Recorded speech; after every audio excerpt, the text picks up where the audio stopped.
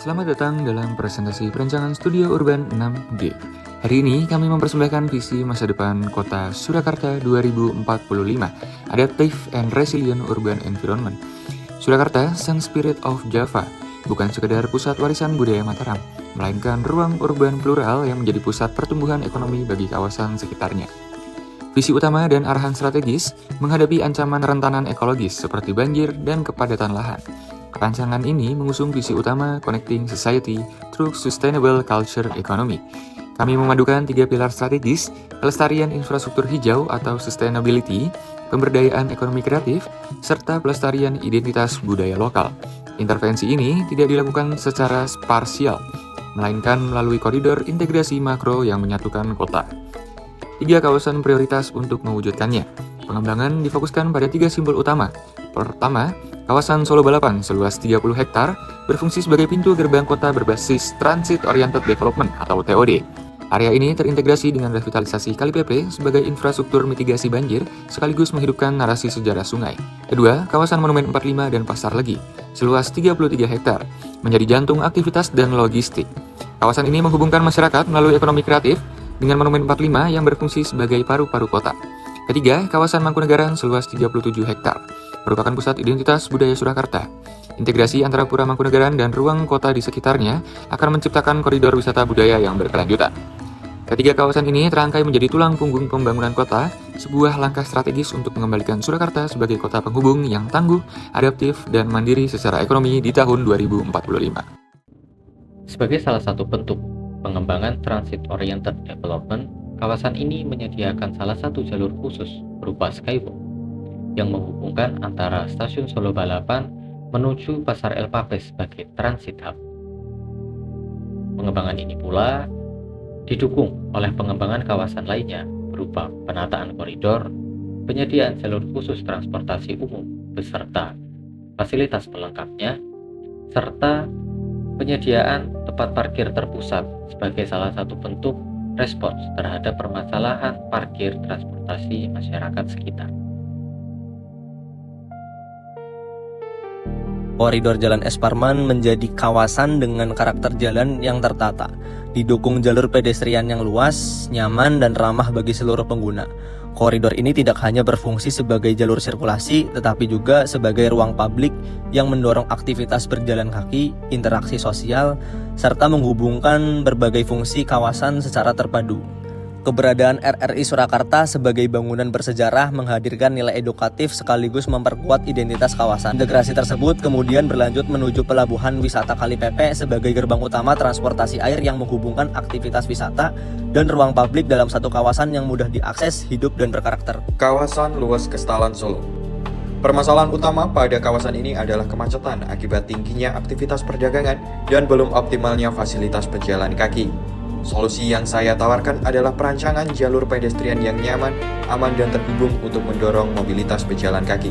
Selain itu, saya juga mendesain parkir paralel di sisi pedestrian. Tentu fasilitas ini untuk menunjang mobilitas baik pengguna jalan maupun pengguna pedestrian. Selain itu, saya menyusun guideline fasad bangunan guna menciptakan identitas visual kawasan yang lebih tertata dan harmonis.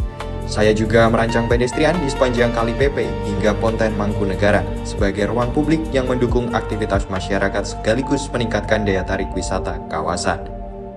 Merespon kawasan, pada koridor ini yang saya utamakan adalah kenyamanan dan keamanan pengguna. Jalur pedestrian ditata dan terhubung dengan ruang terbuka hijau sehingga suasananya lebih teduh, aman, dan nyaman untuk berjalan kaki.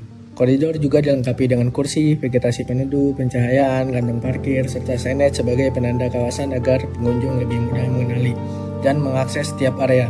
Selain itu, diterapkan marka jalur transportasi umum dan marka zona sekolah untuk mendukung kelancaran serta keselamatan pengguna jalan.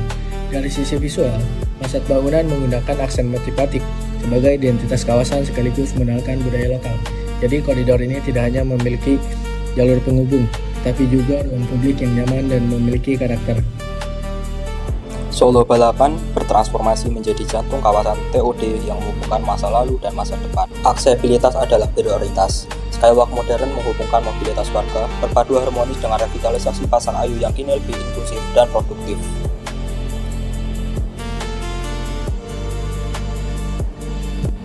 Perjalanan berlanjut mulus. Integrasi halte bus strategis di koridor Jalan Es Parman menciptakan ruang publik yang teduh dan nyaman bagi pejalan kaki.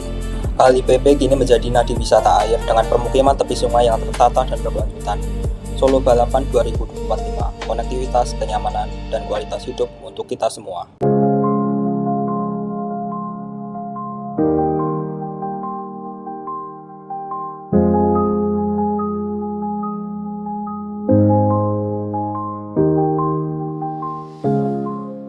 Kawasan Pasar Elpabes direvitalisasi menjadi Banjarsari Trans Hub yang mengintegrasikan fungsi transportasi, komersial, dan pariwisata melalui konektivitas Skywalk menuju stasiun Solo Balapan. Pada Jalan Abdurrahman Saleh, kami menerapkan konsep tata ruang Share Street. Desain ini menyetarakan elevasi badan jalan dan area pejalan kaki menggunakan material paving block berkualitas tinggi yang diintegrasikan dengan wedding block serta bollard.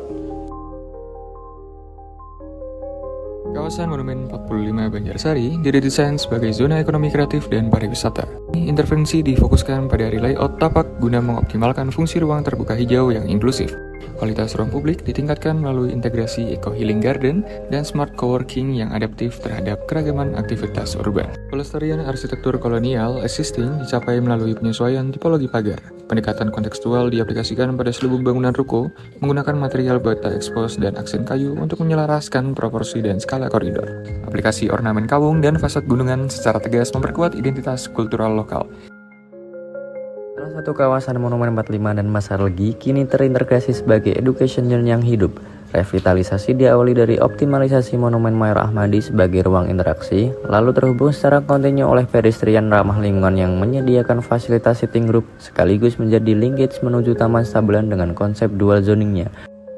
Selaras dengan itu, koridor jalan ini diperkuat oleh jaringan fasad komersial dan pendidikan berkonsep modern neo-vernakular melalui ekspos material bata, elemen batik kawung, atap limasan, serta ornamen gunungan wayang yang mempertegas identitas kultural kawasan.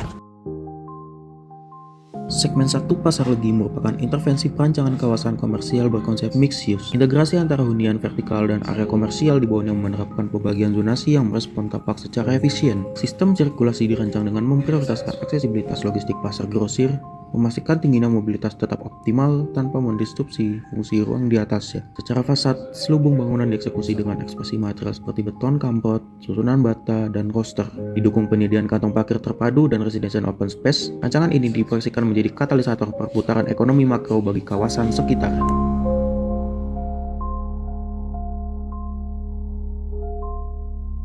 Konsep pengembangan ruang terbuka hijau ini menghadirkan koridor hijau di tepi sungai yang nyaman. Vegetasi, jalur pedestrian, dan area istirahat menciptakan ruang publik yang mendukung aktivitas sosial juga meningkatkan kualitas kawasan. Guideline fasad diterapkan dengan menyelaraskan proporsi bangunan, material, warna, serta elemen hijau.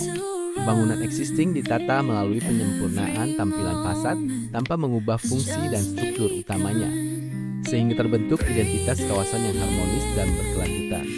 Fasad ini dirancang untuk menciptakan kesatuan visual melalui pengaturan proporsi, material, dan warna tanpa menghilangkan identitas masing-masing bangunan. Di sisi timur Mangkunegaran, koridor Jalan Tengku Umar menjadi wajah awal kawasan. Fasad bangunan ditata ulang menghadirkan karakter yang selaras tanpa meninggalkan jejak lama. Pergerakan berlanjut menuju bangunan kavaleri yang direvitalisasi menjadi ruang ekonomi dan edukasi berbasis budaya. Tradisi racikan jamu dihidupkan kembali sebagai ruang belajar, produksi, dan interaksi masyarakat. Keseluruhan kawasan terhubung dalam harmoni lama dan baru, mengarah pada Pura Mangkunegaran sebagai pusat nilai dan identitas. Sebuah ruang yang tidak hanya dilestarikan, tetapi juga dihidupkan untuk masa depan.